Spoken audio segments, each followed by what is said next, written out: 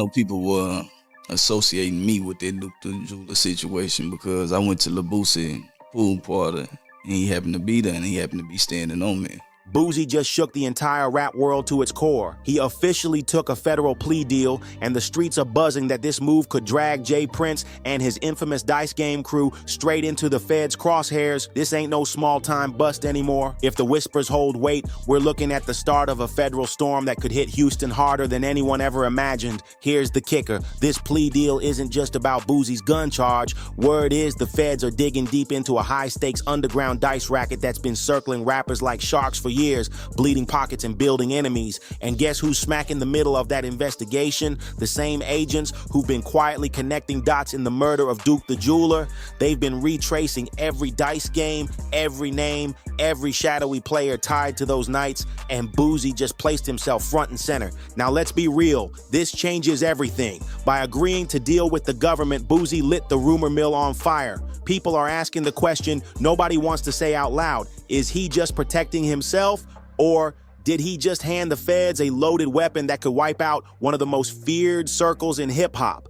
Imagine what happens if he drops names tied to mob ties. Because if even half of this chatter is true, then Jay Prince, the man accused for years of controlling Houston's check-in culture, might finally be facing federal heat you can't charm your way out of. The streets are already connecting the dots, pointing fingers and whispering that Boosie may have put mob ties on the menu for the feds. And the most shocking part, it all traces back to that deadly dice game, the one where Duke the Jeweler lost his life. That one night didn't just end with tragedy, it may have started the collapse of an entire empire. So let's break it all down, starting with Houston's dice game underworld, where luck was never really on your side. Dice games have always been part of Houston's underground nightlife, but when it comes to the ones tied to Jay Prince Jr., you're not talking about casual backroom dice. This is a whole different beast. These games aren't for fun. They're invite-only high-stakes traps where tens of thousands can vanish in minutes, and the check-in rule makes sure the house knows exactly who's sitting at the table. But here's the catch.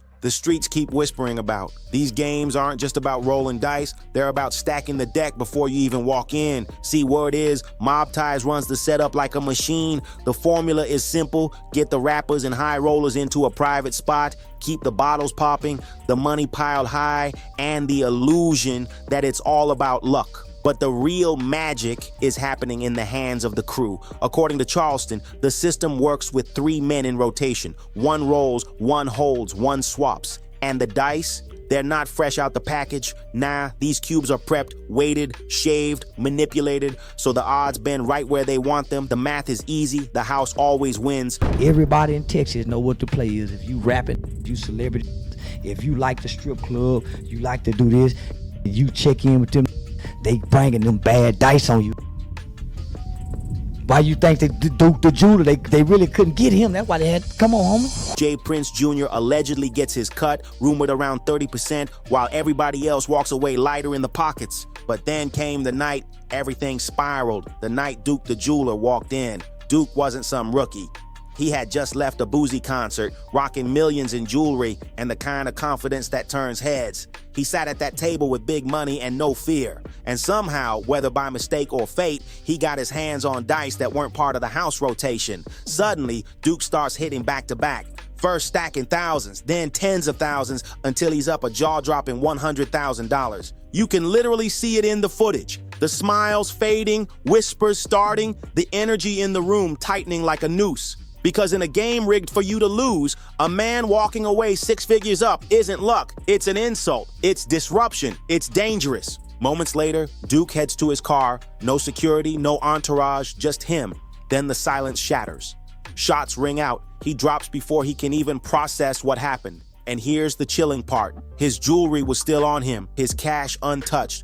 Which means this wasn't about robbery, it was about sending a message. Duke didn't just win money that night, he broke the system's control, and in their world, that's a line you don't cross. Duke the Jeweler wasn't just some random face in the crowd. This man was a respected Chicago legend in the jewelry game. His client list read like the Billboard charts. Rappers lined up for his custom iced out pieces worth millions, and his reputation for flawless work made him a fixture at hip-hop's biggest events. He wasn't just selling jewelry, he was building status. So when Boosie personally invited him down to Houston, Duke thought he was coming for strictly business. But the streets say Houston had something else waiting for him. We already know Duke was ambushed while walking to his car in that parking lot, but here's what turned the feds' heads. None of his jewelry was touched. Not a single chain, not one bracelet, not even his Louis Vuitton bag that was stuffed with over $1 million worth of custom work. That bag alone should have disappeared instantly in a robbery, but instead, it somehow ended up sitting inside Boosie's house. Boosie's explanation? He claims Duke asked him to hold the bag during the dice game, and after the shooting, it just stayed in his possession. But come on, that story doesn't sit right. The feds say Duke's phone went dead right after pinging near Boosie's recording studio. On top of that, investigators claim they've got surveillance, text messages, and even witnesses who can place members of Boosie's circle smack in the middle of Duke's final hours. That's no coincidence. That's a timeline,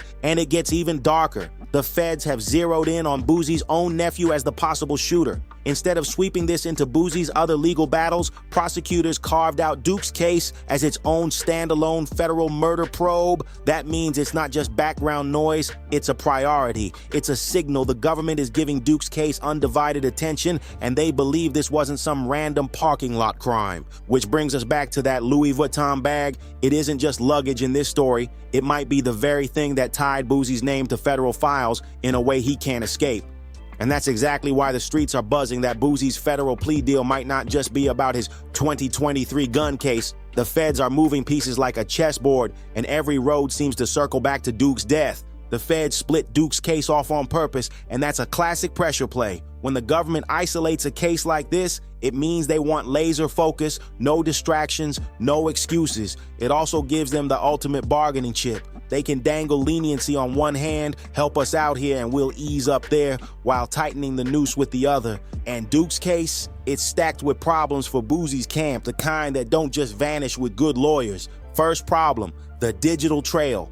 Duke's phone, his very last breadcrumb of life, pinged near Boosie's recording studio before going cold. That's not the kind of detail the feds let slide. It's the kind they build timelines around. Then comes the physical evidence, things investigators claim they pulled from Duke's rental car, allegedly tied to Boosie's own inner circle. Add in the whispers from witnesses, and suddenly the walls start closing in. But here's the part Boosie can't control: the rumors that some of his own people are already talking. Once the feds get one person to crack, it snowballs, stories shift, timelines clash, loyalty evaporates, and the fastest way for anyone in that circle to save themselves is to give the feds exactly what they want. And that's when deals start looking less like betrayal and more like survival. So picture being Boosie, sitting on a federal gun case with a separate murder probe circling your name, and knowing people in your own camp might be flipping. Suddenly, a plea deal doesn't just sound smart, it sounds like the only way out. But here's the chilling reality: there are only two names worth flipping on in this mess: J. Prince Jr. or his father, J. Prince Sr. And the track record makes the feds' angle clear. Think about it. Two of the most high-profile dice games tied to J. Prince Jr. both ended in bloodshed. Duke the jeweler, dead hours after leaving a game. Takeoff, shot right outside another one. Different nights, different players, same pattern: big money, big names, and bullets before sunrise. And it's not just fans connecting the dots. Industry voices are calling it out loud. WAC 100 has openly accused J. Prince Jr. of running these so-called check-in games like a trap with deadly consequences. The whispers are now headlines, and the pressure on mob ties has never been this heavy. The accusations paint J. Prince Jr.'s dice games as dangerous setups designed to lure rappers into situations they can't win unless the house decides to let them. Charleston White said it best. He flat out called these dice nights traps built on loaded dice and ironclad control, where even the wrong win can put a target on your back before you ever make it to the parking lot. One roll too lucky, one stack too high, and suddenly you're marked. This isn't gambling. It's a rigged ecosystem where trust is nothing but smoke and mirrors, and power moves are made in the shadows.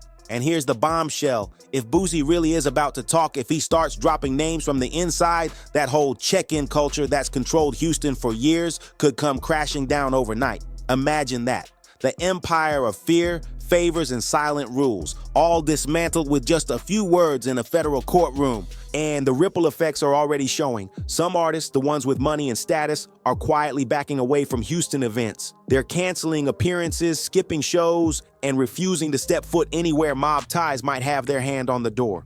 Officially, J. Prince Sr. keeps denying there's any such thing as a check-in rule, but insiders say the pressure is still very real, just quieter, more subtle now, enforced through his son's network. After the deaths of Duke the Jeweler and Takeoff, both tied to dice game nights under Mob Ty's watch, the fear has spread across the industry. And it's not just about avoiding gunfire, it's about the politics, the alliances, the danger of standing too close when things turn deadly. Veterans in the game have been pulling younger rappers aside, warning them to steer clear of Houston's dice scene.